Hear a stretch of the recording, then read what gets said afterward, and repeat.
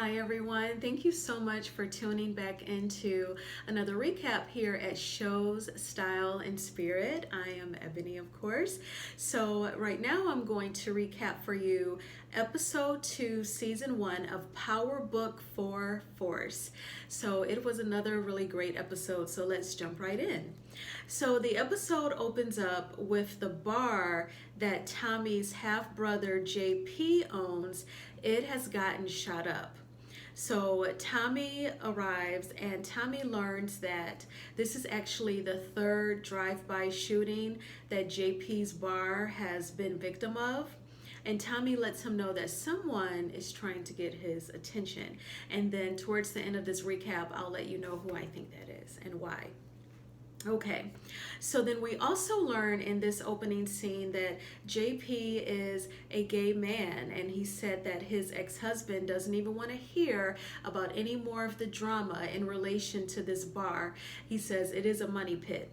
Tommy, gives him $10,000, and his brother says, you know what, that won't even put a dent in everything that this place needs, in addition to the new window and all of the other damages from the most recent shooting.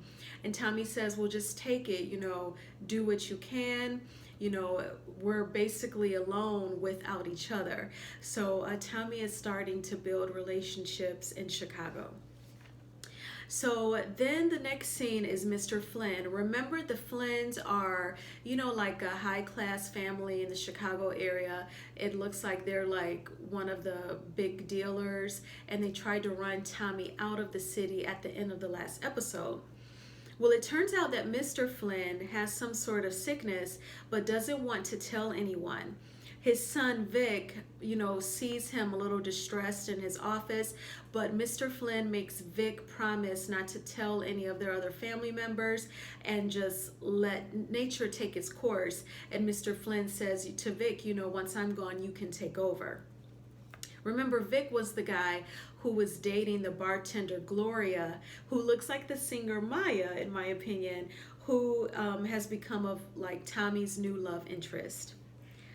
So, Tommy gets a rude awakening from a blast from the past. It's a woman who, she fights like she is an Avenger. And I guess apparently it was a woman whom Tommy had beef with in New York. They fight in an alley until Chicago police pulls up. So basically they were both saved by the bell. But, let's put a pin in that woman. That's a blast from Tommy's past, because she will come back around. So Vic Flynn still has feelings for Gloria. He pops up at her apartment when she's just getting out of the shower. It's a little creepy, a little stalkerish. He's already inside the apartment as she's finishing up her shower, and he tries to kiss her on the neck, and she's like, I can't keep doing this. So obviously, she was intimate with Tommy in last week's episode. So obviously she's not in love with Vic Flynn. They're not in this committed relationship, but there's some sort of gray area, and Gloria is starting to grow tired of it. And that's what happens when you're in a friends with benefits situation. So it's kind of predictable, but Vic still wants to hold on. But again, it's in a creepy way. And we're going to see more of that as well in this episode.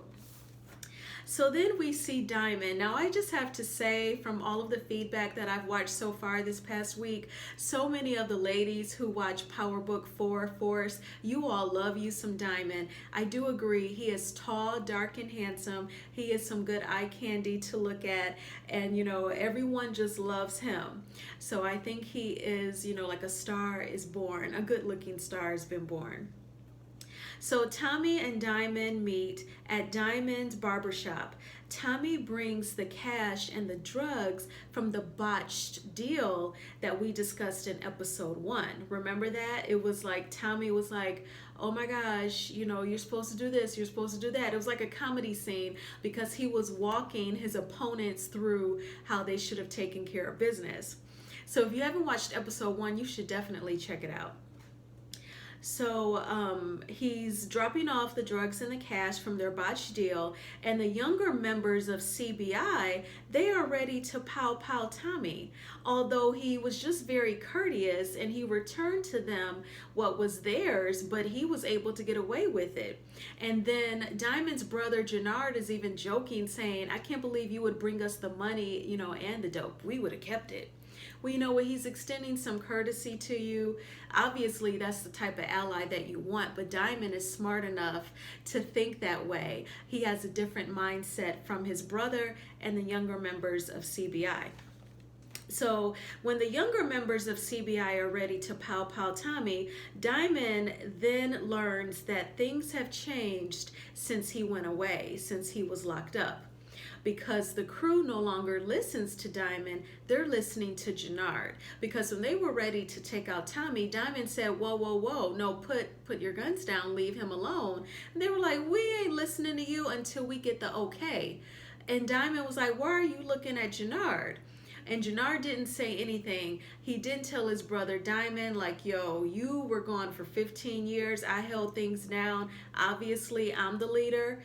Nor did he tell the younger guys, Diamond's back, take heed to him. So I totally see a rift between the two brothers in episodes down the line, and I'm going to give more reasons as to why I think that is. So finally, Jannard tells the young guys to let Tommy go. So with Tommy his good deed of returning the drugs and the cash, he actually wins brownie points with Diamond. And Diamond wants to go for a walk outside with Tommy, and Diamond's brother Jannard gets jealous. He actually punches the punching bag that's in the barber shop, because I guess he can already see that he won't even be second in line with the CBI. He can already see that Tommy will be. Just that quickly they're bonding. So they go outside to go for a walk and to talk.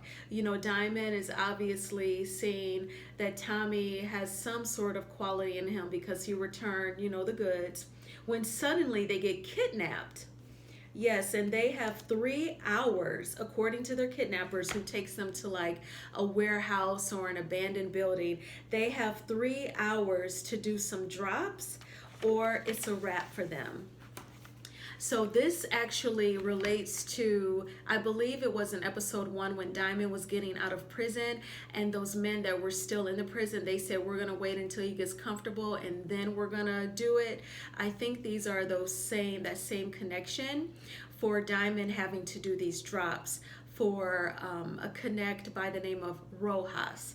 So the people who kidnapped Diamond and Tommy, they work for Rojas.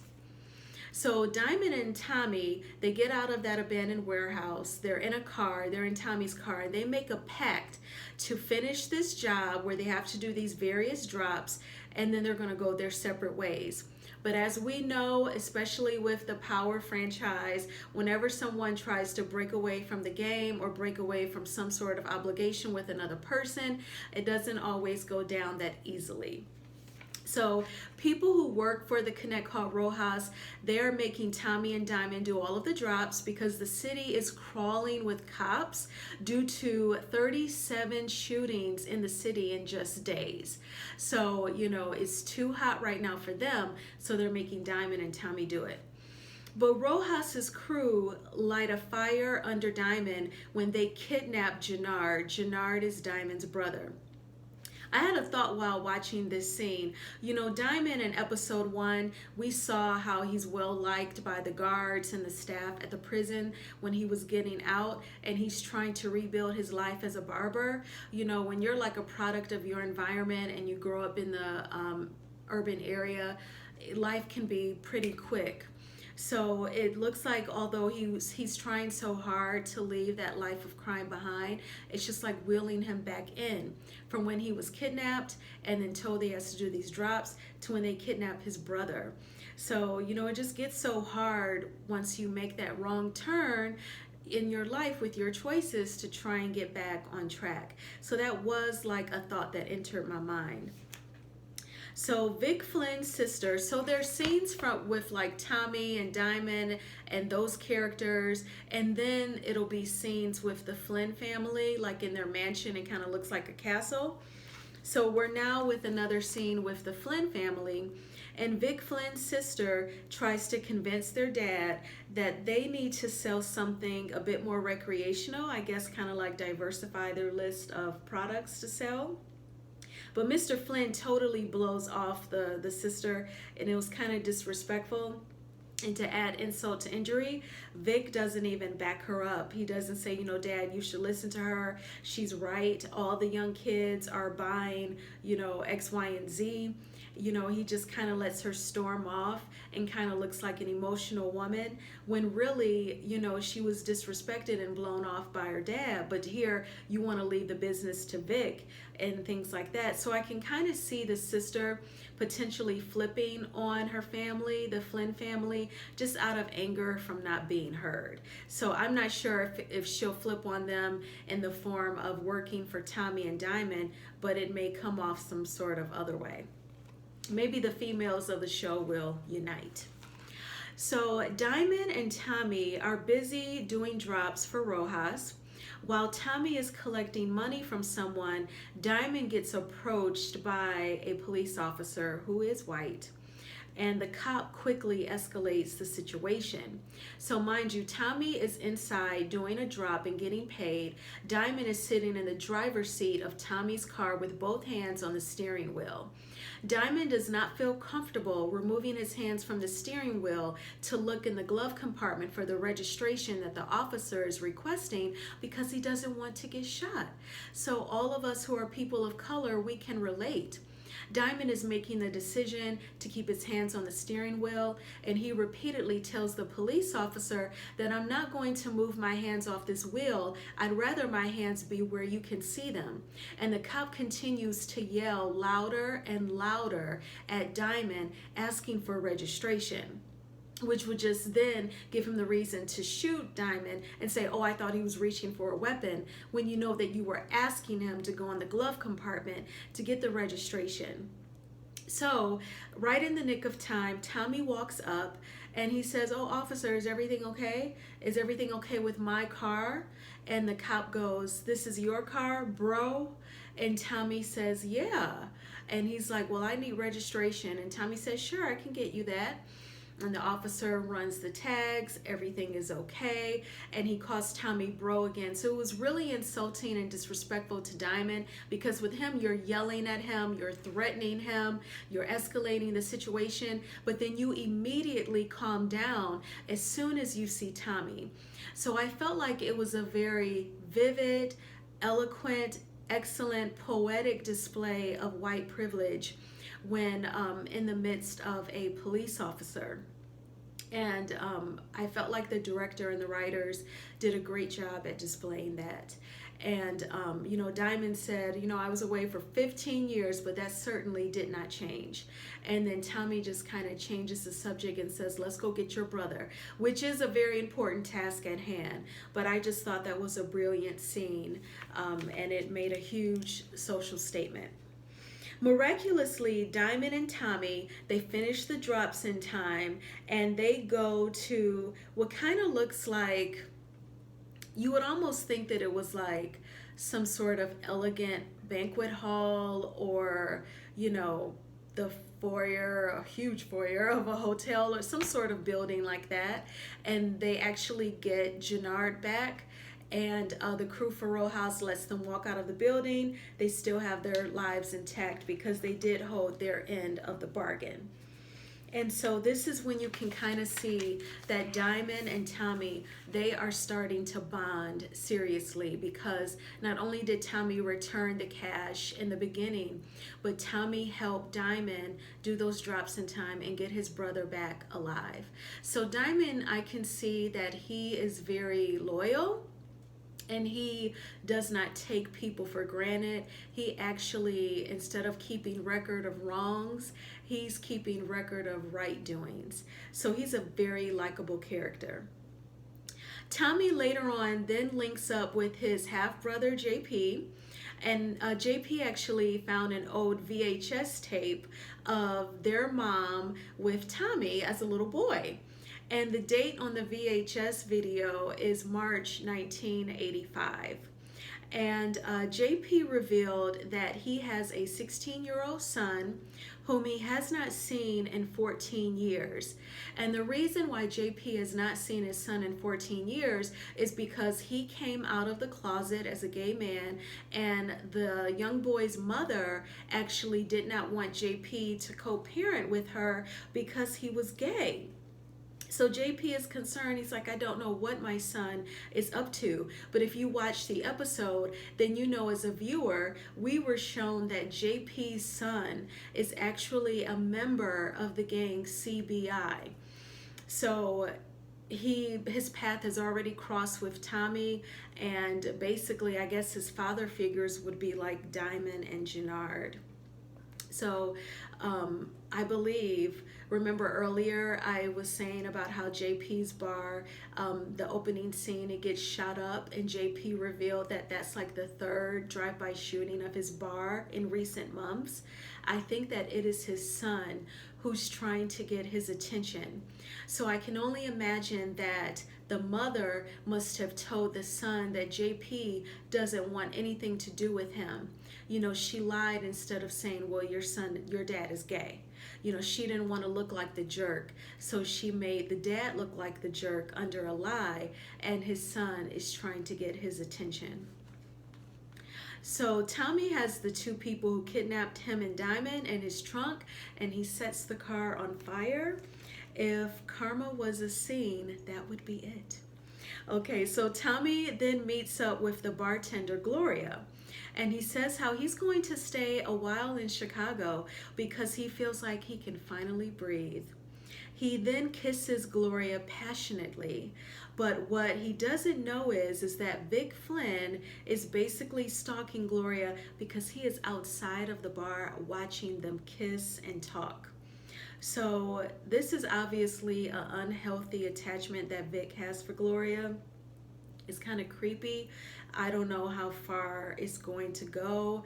I don't know if like we're going to see Gloria get physical with Vic, or you know, I don't know how that's going to play out. But he's going to continue to stalk her. It's pretty obvious. And remember Tommy's blast from the past that I told you all, the fight in the alley? Well, Tommy decided to roll up on her. And she's from the streets just like him. Game recognizes game, so the woman can tell that someone is at her house and while she was watching TV. So she gets up, she tries to hide. Tommy rolls in with his piece, and then she jumps on him. They fight and they talk.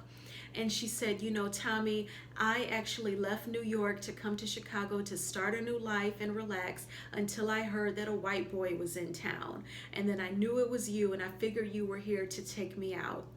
And then Tommy is like, you know, why are you trying to take me out? And then he discovers, you know, some drugs, and Tommy is like, basically he takes it. So he's gonna actually, I guess, sell that to make some money. And that was episode 2. It was actually, you know, very entertaining. I know we're just 2 episodes in, but I am loving it so far. Definitely check it out. And I hope that you've been enjoying these couple recaps so far. Thanks again for watching. And I'm going to do another video shortly in regards to some of my routines for my locks. So thanks again, and you have a great day. Bye-bye.